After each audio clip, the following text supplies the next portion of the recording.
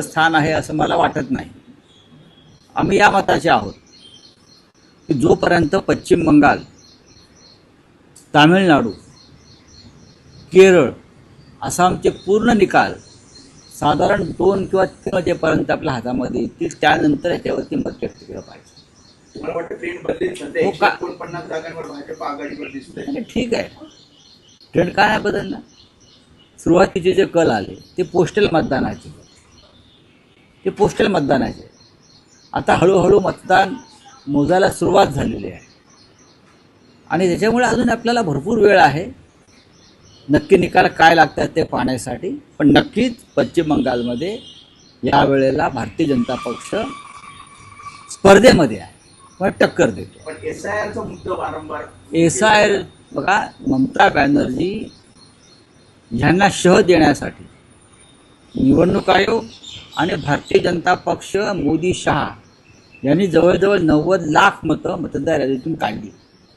90 लाख मतं जेव्हा एकाच वेळेला डिलीट केली जातात त्याचा परिणाम निकालावर होतो. टक्केवारी पाहता जनतेने अनेक कौल दिलेला आहे. जनतेने टक्केवारी पाहता अद्याप कौल दिलेला नाहीये.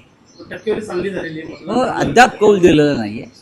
ठिकठिकाणी आता हे सुरुवातीचे कल आहे आणि मतदान मोजणीमध्ये 20-20, 22-22 फेऱ्या या मतमोजणीच्या सुरू असतात आणि शेवटच्या 2 किंवा 3 फेऱ्यामध्येच खरे निकाल लागतात. दक्षिण भारतात बघितलं तर तिथे सुद्धा मोठा प्रचार भाजपने केला. आता तामिळनाडूमध्ये तर चित्र वेगळंच दिसतंय, कारण अभिनेता विजय यांचा TVK यांनी जवळपास 100 जागांवरती आघाडीवर आहे. काँग्रेस DMK 3ऱ्या क्रमांकावर आहे.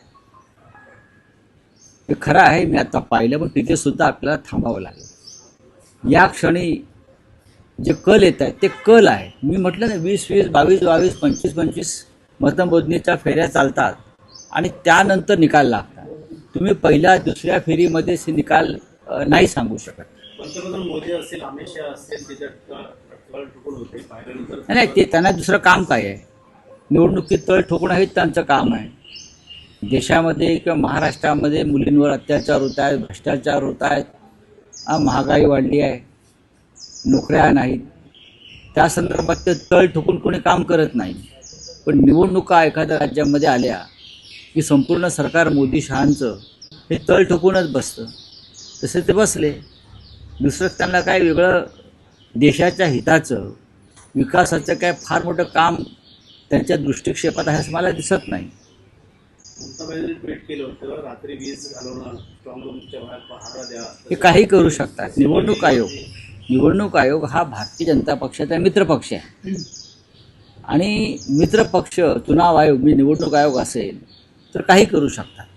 सर, ये पश्चिम बंगाल को लेकर ममता बनर्जी ने कल रात को ट्वीट किया है कि पश्चिम बंगाल के कई इलाकों में CCTV जो है, जहां पर काउंटिंग हो रही स्ट्रॉन्ग रूम के बाद, वहां पे CCTV बंद है, व्हीकल्स की जो है आवाजाही वहां पर दिखाई दे रही है और उसके साथ ही पावर कट्स हो गए हैं कई। नहीं, कुछ भी हो सकता है पश्चिम बंगाल में. जब BJP को चुनाव जीतना होता है, हार का उनको जो हार का सामना करना पड़ता है और जीतने की कोशिश करते हैं वो लोग, तो ये सब हाथखंडे अपनाते हैं. उसमें SIR जैसे प्रकार होते हैं जो 90 लाख वोट काट दिए, बाद में जैसे CCTV गायब करना, हाँ, लाइट बंद करना, ये सब होते हैं. लेकिन अभी भी पश्चिम बंगाल में ये फर्स्ट राउंड होगी या पोस्टल वोटिंग की काउंटिंग हो गई होगी. अभी बहुत टाइम है. राज्यामध्ये सुद्धा